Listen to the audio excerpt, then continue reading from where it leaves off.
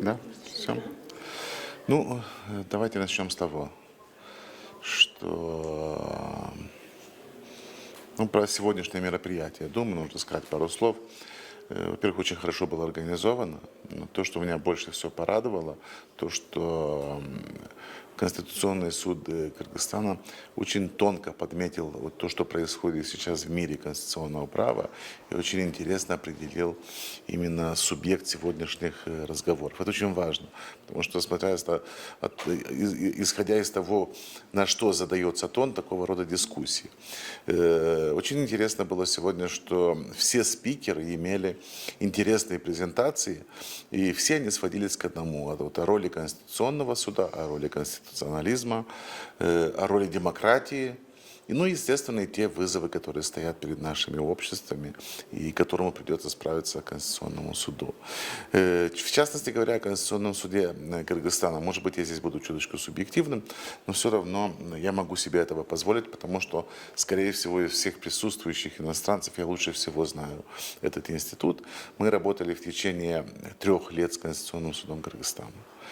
Мы работали вместе и в сложных моментах. Это были те революционные дни, когда была определенная такая непонимание и неопределенность, что будет дальше происходить. После этого был большой вызов по конституционной реформе, когда Конституционный суд добился того, что в Конституции провели вот эти изменения, чтобы отказаться от того статуса части Верховного суда или Конституционной палаты, как раньше было, и стать полноценным Конституционным судом кельтсинской модели по европейскому образцу. Это тоже был такой вызов, и все имели большие переживания на этот счет. После этого следующим этапом был принятие закона о Конституционном суде, разработка регламента внутреннего Конституционного суда. И я очень рад, что мне удалось поделиться некоторыми своими, может быть, мыслями и опытом и поучаствовать в этом процессе. И когда все завершилось, конечно, это самый такой ответственный момент, когда у человека есть ожидание, вот что из всего этого получится.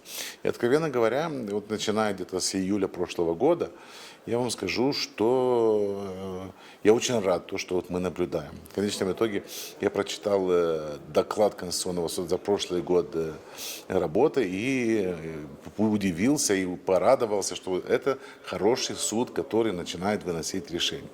Естественно, мы должны быть реалистами. Конечно, не стоит ожидать от такого молодого института, что он будет через ночь выносить, я не знаю, там решение, как немецкий Конституционный суд. Потому что все-таки опыт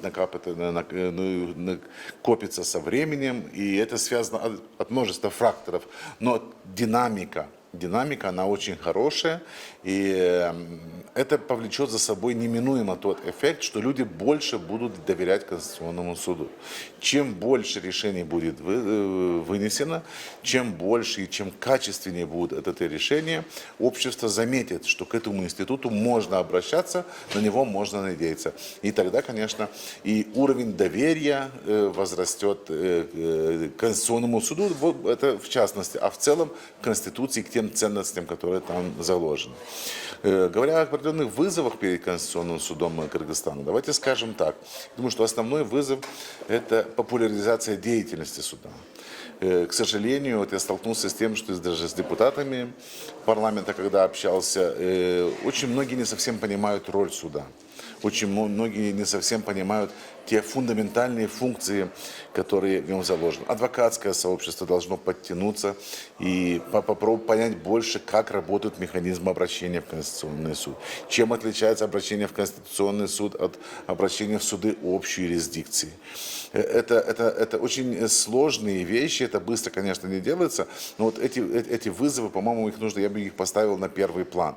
Потому что только если мы попробуем все кыргызское юридическое сообщество как-то обучить и показать, как это все работает, естественно, они будут чаще обращаться, требования будут больше, будут более многогранные, и, естественно, суд будет поставлен в той ситуации, что он должен будет выносить больше решений по более широкому спектру вопросов. Еще один элемент, который я бы выделил как вызов, и, может быть, и как и достижение, это можно как-то соединить два в одном, это касается того, что много обращений от граждан. Очень много говорилось о деполитизации Конституционного суда. На самом деле существует всего один инструмент деполитизации. Это когда повестка дня Конституционного суда не зависит полностью от парламента. Когда из парламента исходит 10% обращений, а 90% идут либо из судебных инстанций, либо из частных обращений частных лиц, тогда повестка дня Конституционного суда существенно меняется. Тогда Конституционный суд не разбирается с чисто политическими вопросами, но он начинает работать уже с вопросами материального и процессуального права. Пусть это будет гражданский процесс, это уголовный процесс, потому что везде, в обоих случаях мы говорим о фундаментальных ценностях, которые заложены в Конституции.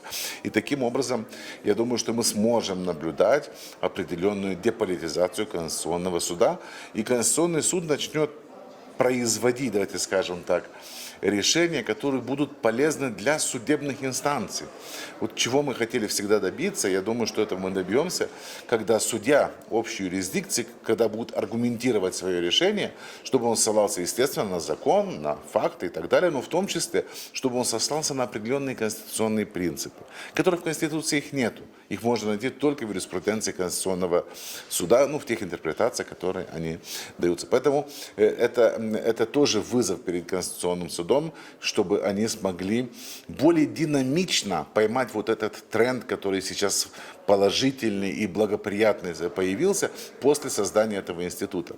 Мы должны понимать, что доверие к такому роду институту это очень тонкая материя. Если вначале люди начинают верить, и сам институт оправдывает доверие, потом вещи пойдут в одну сторону. Но если, например, если ситуация пойдет наоборот, естественно, это всегда очень сложно восстановить доверие. Всегда проще его не терять, чем затем восстанавливать. Поэтому я думаю, что есть очень много работы еще для Конституционного суда, но я рад, что хорошие судьи есть, хорошая такая команда, наконец-то были назначены и другие судьи. Я хотел бы особенно отметить роль персонала Конституционного суда в успехе Конституционного суда. Надеюсь, что господа судьи меня поймут, но успех суда – это не всегда успех судей. Это командная работа. И от профессионализма персонала и юристов Конституционного суда напрямую зависит успех этого института, и это во всем мире. И я хочу сказать, что у Кыргызского Конституционного суда хороший персонал, хорошие ребята, хорошо работают, мотивированы, молодые, умные. И мне кажется, что вот если воссоединить все воедино, то, о чем мы сейчас говорили, это позволяет нам смотреть с определенным оптимизмом в будущее. И этот оптимизм мы должны передать обществу, чтобы общество тоже как-то, может быть, заразилось этим оптимизмом и начало больше доверять, обращаться и по-другому подходить к этому институту, который еще, к сожалению, является довольно неизвестным в общественном сознании. Все.